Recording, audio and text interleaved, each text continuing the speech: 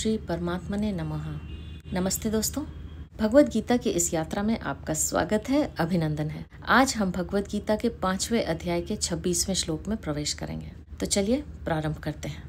वसुदेवसुतं देवं कंसचानूरमर्दनं देवकी परमानन्दं कृष्णं वन्दे जगद्गुरुम्। अथ श्रीमद्भगवद्गीता पंचमोऽध्यायः।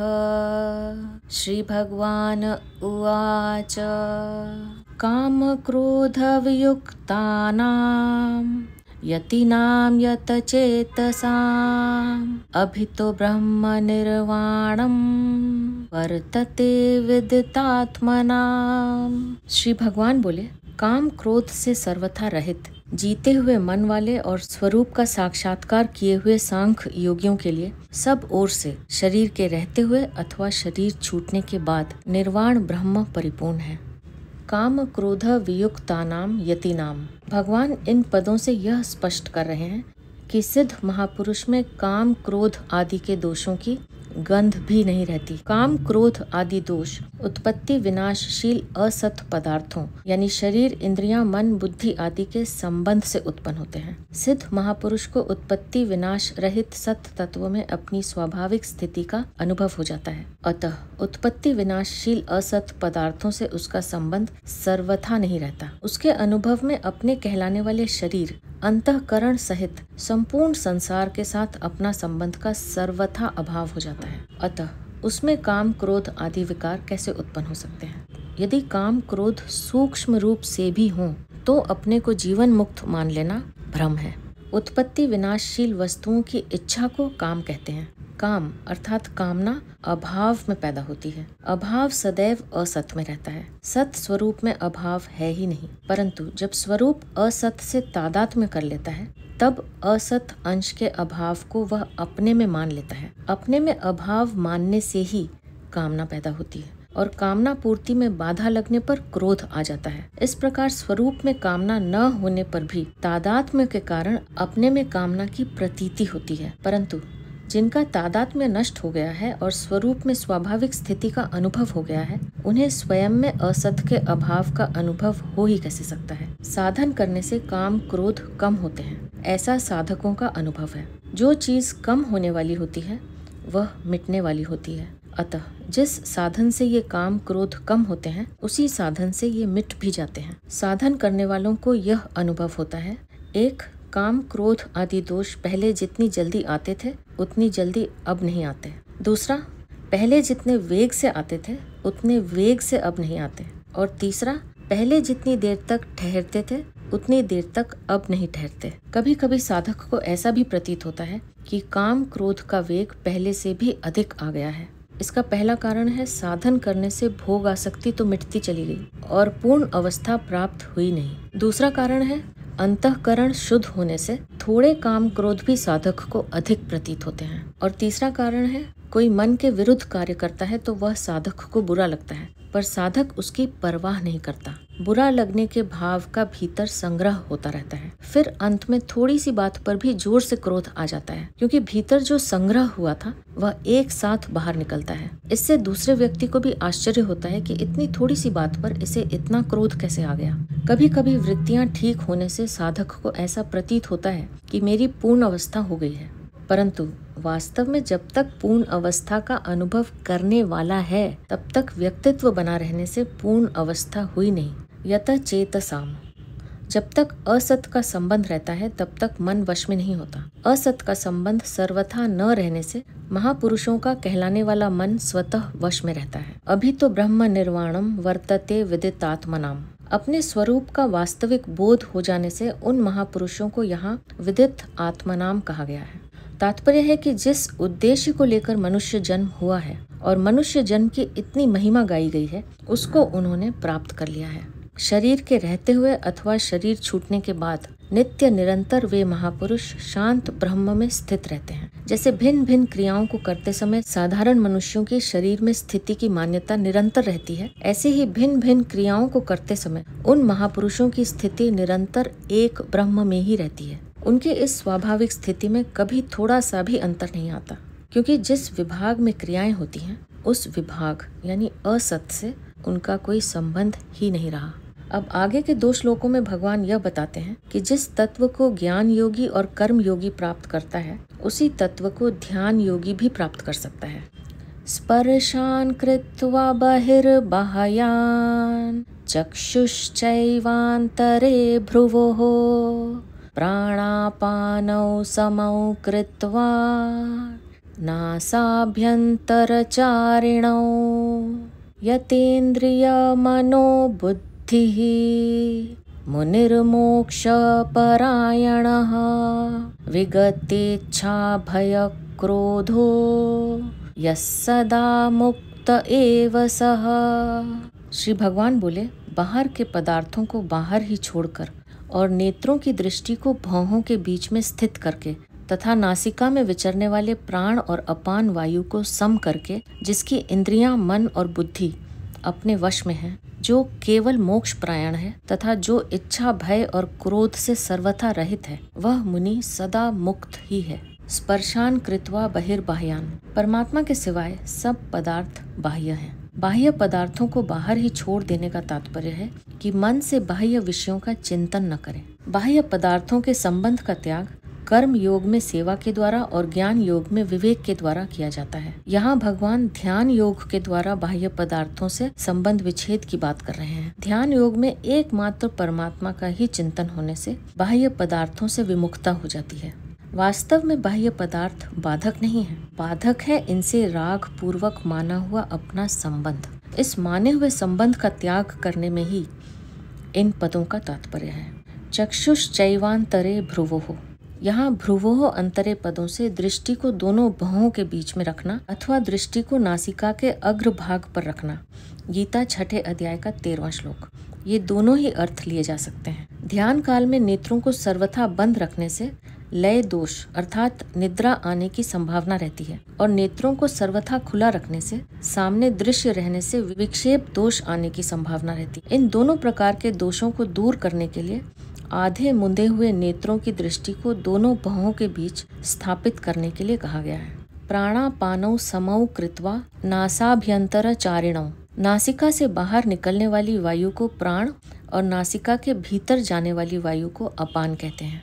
प्राण वायु की गति दीर्घ और अपान वायु की गति लघु होती है, यानी प्राण वायु की गति लंबी और अपान वायु की गति छोटी होती है। इन दोनों को सम करने के लिए पहले बाईं नासिका से अपान वायु को भीतर ले जाकर दाईं नासिका से प्राण वायु को बाहर निकालें, फिर दाईं नासिका से अपान वायु को भीतर ले जाकर बाईं नासिका से प्राण वायु को बाहर निकालें।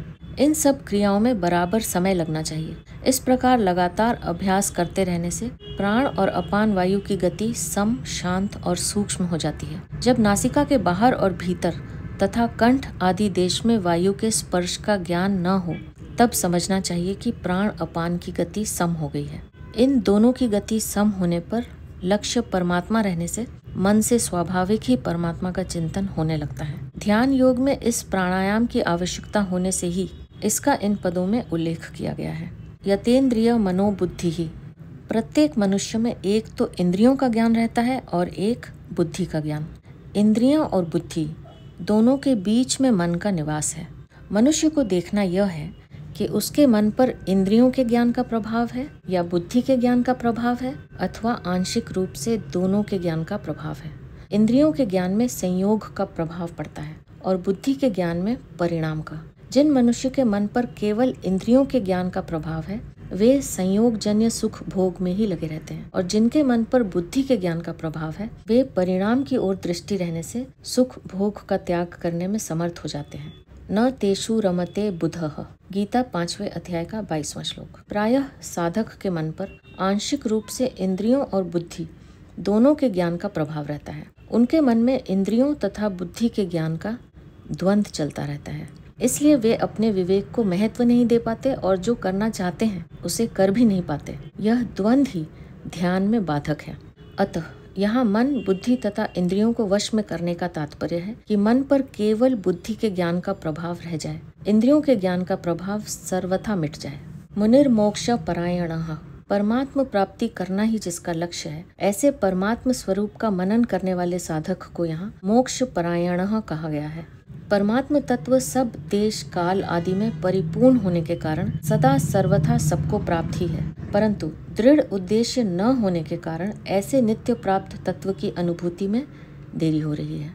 यदि एक दृढ़ उद्देश्य बन जाए तो तत्व की अनुभूति में देरी का काम नहीं है। वास्तव में उद्देश्य पहले से ही बना बनाया है, क्योंकि परमात्म प्राप्ति के लिए ही यह मनुष्य शरीर मिला है। केवल इस उद्देश्य को पहचानना है। जब साधक इस उद्देश्य को पहचान लेता है, तब उसमें परमात्म प्राप्ति की लालसा उत्पन्न हो जाती है। यह लालसा संसार की सब कामनाओं को मिटाकर साधक को परमात्म प्राप्ति का अनुभव करा देती है। अतः परमात्म प्राप्ति के उद्देश्य को पहचानने के लिए ही यहाँ मोक्ष परायणः पद का प्रयोग हुआ है।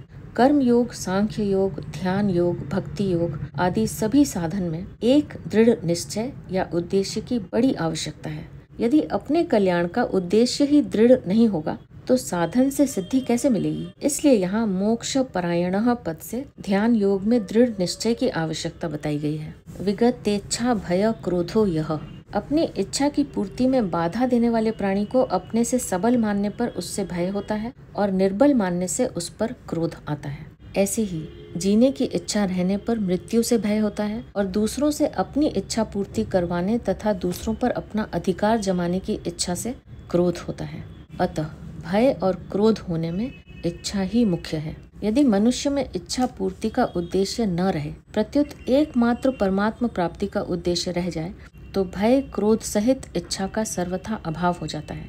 इच्छा का सर्वथा अभाव होने पर मनुष्य मुक्त हो जाता है, कारण कि वस्तुओं की और जीने की इच्छा से ही मनुष्य जन्म मरण बंधन में पड़ता है। साधक को गंभीरता पूर्वक विचार करना चाहिए कि क्या वस्तुओं की इच्छा से वस्तुएं मिल जाती हैं और क्या जीने की इच्छा से मृत्यु से बच जाते हैं। वास्तविकता तो यह है कि न तो वस्तुओं की इच्छा पूरी कर सकते हैं और न मृत्यु से बच सकते हैं। इसलिए यदि साधक का यह दृढ़ निश्चय हो जाए कि मुझे एक परमात्म प्राप्ति के सिवाय कुछ नहीं चाहिए, तो वह वर्तमान में ही मुक्त हो सकता है। परंतु यदि वस्तुओं की और जीने की इच्छा रहेगी तो इच्छा कभी पूरी नहीं होगी और मृत्यु के भय से भी बचाव नहीं होगा तथा क्रोध से भी छुटकारा नहीं होगा। इसलिए मुक्त होने के लिए इच्छा रहित होना आवश्यक है। यदि वस्तु मिलने वाली है तो इच्छा किए बिना भी मिलेगी और यदि वस्तु नहीं मिलने वाली है तो इच्छा करने पर भी नहीं मिलेगी। अतः वस्तु का मिलना या न मिलना इच्छा के अधीन नहीं है, प्रत्युत किसी विधान के अधीन है। जो वस्तु इच्छा के अधीन नहीं है, उसकी इच्छा को छोड़ने में क्या कठिनाई है। यदि वस्तु की इच्छा पूरी होती हो तो उसे पूरी करने का प्रयत्न करते, और यदि जीने की इच्छा पूरी होती हो तो मृत्यु से बचने का प्रयत्न करते। परंतु इच्छा के अनुसार न तो सब वस्तुएं मिलती हैं और न मृत्यु से बचाव ही होता है। यदि वस्तुओं की इच्छा न रहे तो जीवन आनंदमय हो जाता है, और यदि जीने की इच्छा न रहे तो मृत्यु भी आनंदमयी हो जाती है। जीवन तभी कष्टमय होता है जब वस्तुओं की इच्छा करते हैं, और मृत्यु तभी कष्टमयी होती है जब जीने की इच्छा करते हैं। इसलिए जिसने वस्तुओं की और जीने की इच्छा का सर्वथा त्याग कर दिया है, वह जीते जी मुक्त हो जाता है, अमर हो जाता है। सदा मुक्त एव सह, उत्पत्ति विनाशशील पदार्थों के साथ अपना संबंध मानना ही बंधन है। इस माने हुए संबंध का सर्वथा त्याग करना ही मुक्ति है। जो मुक्त हो गया है उस पर किसी भी घटना, परिस्थिति, निंदा, स्तुति, अनुकूलता, प्रतिकूलता, जीवन मरण आदि का किंचित मात्र भी असर नहीं पड़ता। सदा मुक्त एव पदों का तात्पर्य है कि वास्तव में साधक स्वरूप से सदा मुक्त ही है।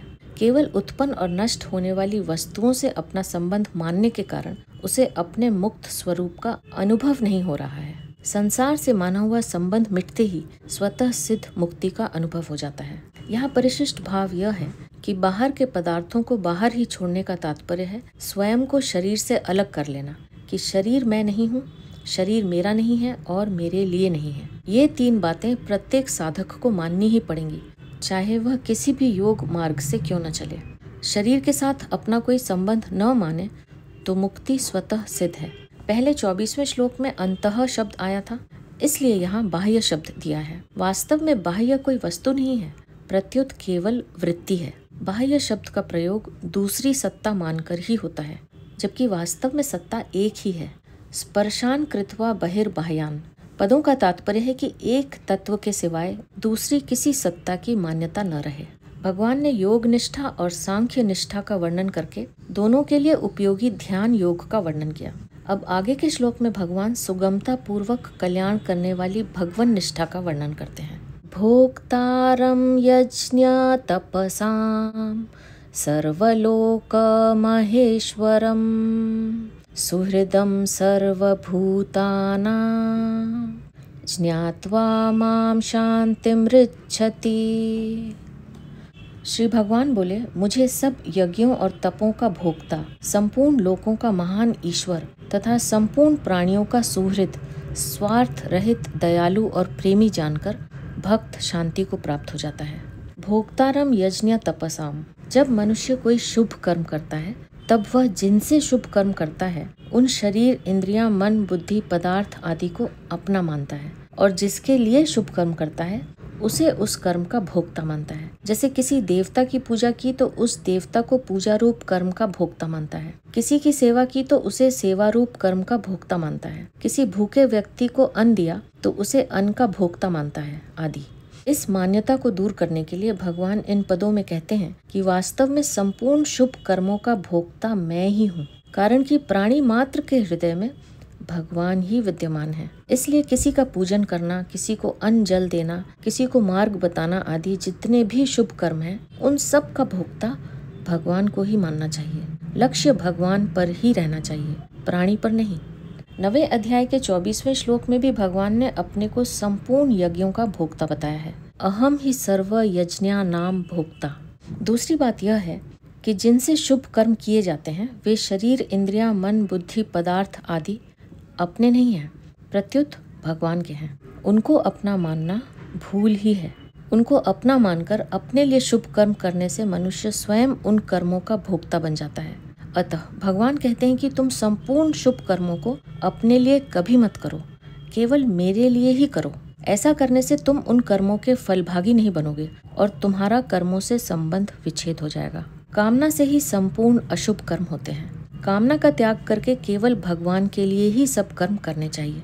कामना का त्याग करके केवल भगवान के लिए ही सब कर्म करने से अशुभ कर्म तो स्वरूप से ही नहीं होते तथा शुभ कर्मों से अपना संबंध नहीं रहता। इस प्रकार संपूर्ण कर्मों से सर्वथा संबंध विच्छेद हो जाता है। इस प्रकार संपूर्ण कर्मों से अपना संबंध विच्छेद होने पर परम शांति की प्राप्ति हो जाती है। सर्वलोक महेश्वरम, भिन्न भिन्न लोकों के भिन्न भिन्न ईश्वर हो सकते हैं, किंतु वे भी भगवान के अधीन ही हैं। भगवान संपूर्ण लोकों के ईश्वरों के भी ईश्वर हैं। इसलिए यहाँ सर्वलोक महेश्वरम पद दिया गया है।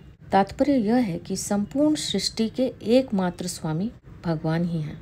फिर कोई ईमानदार व्यक्ति सृष्टि की किसी भी वस्तु को अपनी कैसे मान सकता है? शरीर, इंद्रियां, मन, बुद्धि, प्राण, स्त्री, पुरुष, पुत्र, पुत्री, धन, जमीन, मकान आदि को अपने मानते हुए प्रायः लोग कहा करते हैं कि भगवान ही सारे संसार के मालिक हैं। परंतु ऐसा कहना समझदारी नहीं है, क्योंकि मनुष्य जब तक शरीर, इंद्रियां, मन आदि को अपने मानता है तब तक भगवान को सारे संसार का स्वामी कहना अपने आप को धोखा देना ही है। कारण कि यदि सभी लोग शरीर आदि पदार्थों को अपने अपने ही मानते रहें तो बाकी क्या रहा जिसके स्वामी भगवान कहलाएं? अर्थात भगवान के हिस्से में कुछ नहीं बचा। इसलिए सब कुछ भगवान का है, ऐसा वही कह सकता है जो शरीर आदि किसी भी पदार्थ को अपना नहीं मानता। जो किसी भी वस्तु को अपनी मानता है वह वास्तव में भगवान को यथार्थ रूप से सर्वलोक महेश्वरम नहीं मानता। यह जितनी वस्तुओं को अपनी मानता है उतने अंश में भगवान को सर्वलोक महेश्वरम मानने में कमी रहती है। मनुष्य को शरीर आदि पदार्थों का सदुपयोग करने का ही अधिकार है, अपने मानने का बिल्कुल नहीं। इन पदार्थों को अपने न मानकर केवल भगवान के ही मानते हुए उन्हीं की सेवा में लगा देने से परम शांति की प्राप्ति हो जाती है। सुहृदम सर्वभूतानाम ज्ञात्वा माम शांतिम ऋच्छति। जो संपूर्ण लोकों के ईश्वरों के भी ईश्वर हैं, वे बिना कारण स्वाभाविक ही प्राणी मात्र का हित करने वाले, प्राणी मात्र की रक्षा करने वाले तथा प्राणी मात्र से प्रेम करने वाले हैं। और ऐसा हितैषी रक्षक तथा प्रेमी दूसरा कोई नहीं है। इस प्रकार जान लेने से परम शांति प्राप्त हो जाती है, क्योंकि भगवान वास्तव में ऐसे ही हैं। महान शक्तिशाली भगवान बिना किसी प्रयोजन के हमारे परम सुहृद हैं। फिर भय, चिंता, उद्वेग, अशांति आदि कैसे हो सकते हैं? जीव मात्र का बिना कारण हित करने वाले दो ही हैं, भगवान और उनके भक्त। भगवान को किसी से कुछ भी पाना है ही नहीं। नानवाप्तम अवाप्तव्यम, गीता 3 अध्याय का 22वां श्लोक। इसलिए वे स्वाभाविक ही सबके सुहृद हैं। भक्त भी अपने लिए किसी से कुछ भी नहीं चाहता और सबका हित चाहता है तथा हित करता है, इसलिए वह भी सबका सुहृद होता है। सुहृदस सर्वदेहिनाम, श्रीमद् भागवत 3:25-21। यानी भक्तों में जो सुहृदता आती है वह भी मूलतः भगवान से ही आती है। भगवान संपूर्ण यज्ञों और तपों के भोक्ता हैं, संपूर्ण लोकों के महान ईश्वर हैं तथा हमारे परम सुहृद हैं। इन तीनों बातों में से अगर एक बात भी दृढ़ता से मान लें तो भगवत प्राप्ति रूप परम शांति की प्राप्ति हो जाती है। फिर तीनों ही बातें मान लें तो कहना ही क्या। अपने लिए कुछ भी चाहना, किसी भी वस्तु को अपनी मानना और भगवान को अपना न मानना, ये तीनों बातें भगवत प्राप्ति में मुख्य बाधक हैं। भगवान भोक्तारम यज्ञ तपसाम पदों से कहते हैं कि अपने लिए कुछ भी न चाहें और कुछ भी न करें। सर्वलोक महेश्वरम पद से कहते हैं कि अपना कुछ भी न माने, अर्थात सुख की इच्छा का और वस्तु व्यक्तियों के अधिपत्य का त्याग कर दें। तथा सुहृदम सर्वभूतानाम पदों से कहते हैं कि केवल मुझे ही अपना माने, अन्य किसी वस्तु व्यक्ति आदि को अपना न माने।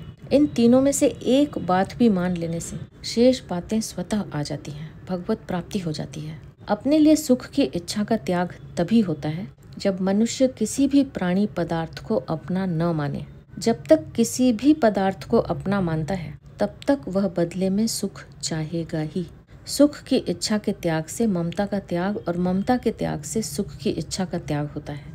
जब सब वस्तु व्यक्तियों में ममता का त्याग हो जाता है तब एकमात्र भगवान ही अपने रह जाते हैं। जो किसी को भी अपना मानता है वह वास्तव में भगवान को सर्वथा अपना नहीं मानता। कहने को चाहे कहता रहे कि भगवान मेरे हैं। माने हुए संबंध का अभाव होने से भगवान से अपनी सच्ची आत्मीयता जागृत हो जाती है।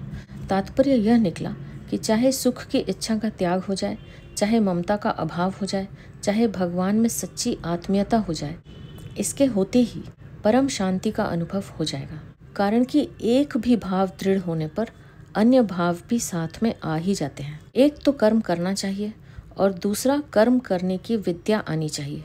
जब मनुष्य कर्म तो करता है पर कर्म करने की विद्या नहीं जानता, अथवा कर्म करने की विद्या तो जानता है पर कर्म नहीं करता, तब उसके द्वारा सुचारू रूप से कर्म नहीं होते। इसलिए भगवान ने 3 अध्याय में कर्म करने पर विशेष जोर दिया है, पर साथ में कर्मों को जानने की बात भी कही है। और 4 अध्याय में कर्मों का तत्व जानने पर विशेष जोर दिया है और साथ में कर्म करने की बात भी कही है। 5वें अध्याय में यद्यपि कर्म योग और सांख्य योग दोनों के द्वारा कल्याण होने की बात आई है, तथापि भगवान ने सांख्य योग की अपेक्षा कर्म योग को श्रेष्ठ बताया। इस अध्याय में भगवान ने क्रम पूर्वक कर्म योग और सांख्य योग का वर्णन करके फिर संक्षेप से ध्यान योग का वर्णन किया और अंत में संक्षेप से भक्ति योग का वर्णन किया, जो भगवान का मुख्य ध्येय है।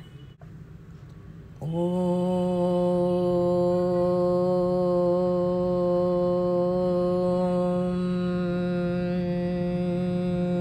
तत्सदिति श्रीमद्भगवद्गीतासूपनिषत्सु ब्रह्मविद्यायां योगशास्त्रे श्रीकृष्ण अर्जुन संवादे कर्मसन्न्यासयोगो नाम 5मोऽध्यायः। इस प्रकार ओम तत्सत इन भगवान नामों के उच्चारण पूर्वक ब्रह्म विद्या और योग शास्त्र में श्रीमद् भगवद गीतोपनिषद रूप श्री कृष्ण अर्जुन संवाद में कर्म संन्यास योग नामक 5वां अध्याय पूर्ण हुआ। कर्म योग और सांख्य योग दोनों का वर्णन होने से इस 5वें अध्याय का नाम कर्म संन्यास योग है। 5वें अध्याय के पद, अक्षर और उवाच।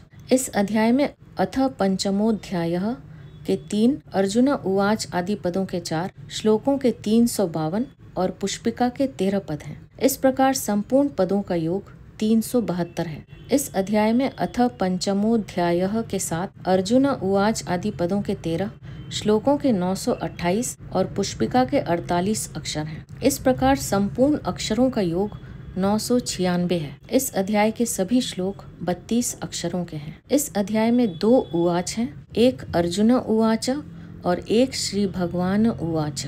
5वें अध्याय में प्रयुक्त छंद। इस अध्याय के 29 श्लोकों में से 13वें और 29वें श्लोकों के प्रथम चरण में न गण प्रयुक्त होने से न विपुला और 22वें श्लोक के तृतीय चरण में म गण प्रयुक्त होने से म विपुला संज्ञा वाले छंद हैं। शेष 26 श्लोक ठीक पथ्यावक्त्र अनुष्टुप छंद के लक्षणों से युक्त हैं। तो यह था श्रीमद् भगवद गीता का 5वां अध्याय। छठा अध्याय लेकर हम आपके सामने फिर उपस्थित होंगे। अब मैं आपसे आज्ञा लूंगी।